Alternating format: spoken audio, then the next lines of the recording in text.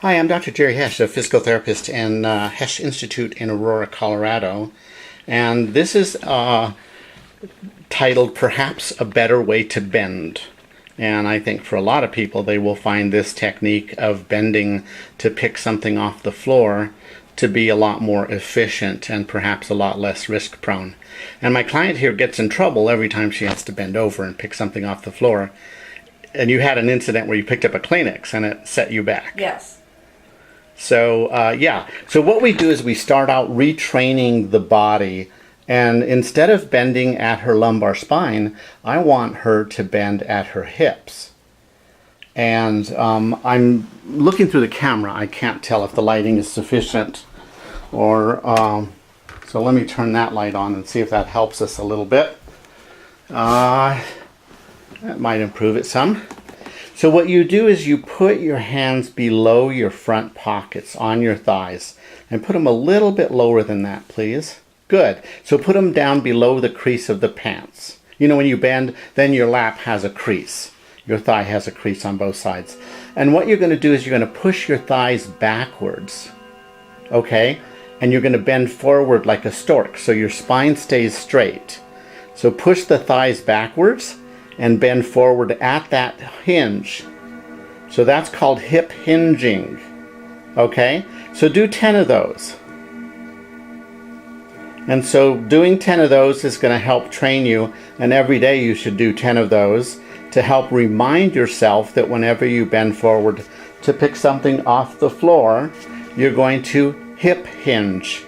Okay? You're going to bend at your hip joints while your spine stays relatively straight.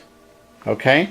So I'm going to put a little ball on the floor that we're going to have you pick up, and we'll do that 3 times.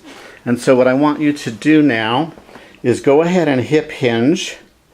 Okay? And your spine is straight. And now I want you to bend your hips and knees and pick up the ball. So that looks so much nicer. Okay? So, no, not yet. Not yet. We're going to build this one brick at a time. Okay? So do that 3 times. You're going to hip hinge. Your back is straight. Now, after you've run out of motion there, then you bend your hips and you bend your knees and you pick up the ball. Good. So one more time. You're going to hip hinge. Good. Your back is straight.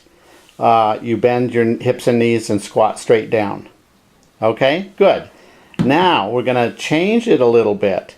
So now what we're going to do is point your toes outward. Your feet were pointed straight forward. And now we're going to point your feet outward both sides. And you're going to do the sequence of first making sure your feet are bent outward. And that opens up hip mobility in the transverse plane. Now your hips are going to move even more. Okay? And now you're going to hip hinge, pushing the thigh back, bending at your spine, and now squat straight down. Tell me how that's different. I just think it feels more stable. Feels more stable. Good. Yes. Good. Okay. So put the ball down. Nice technique. I like that. You did what you were supposed to. Yes. Okay. So point your toes straight together.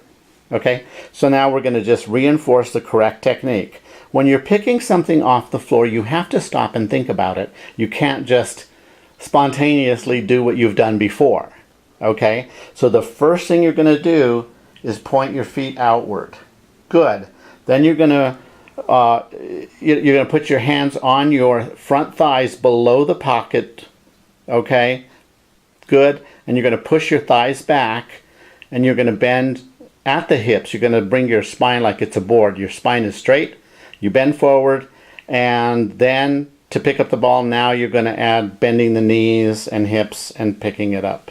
Good. So there's 3 sequences. Number 1 is point the feet out.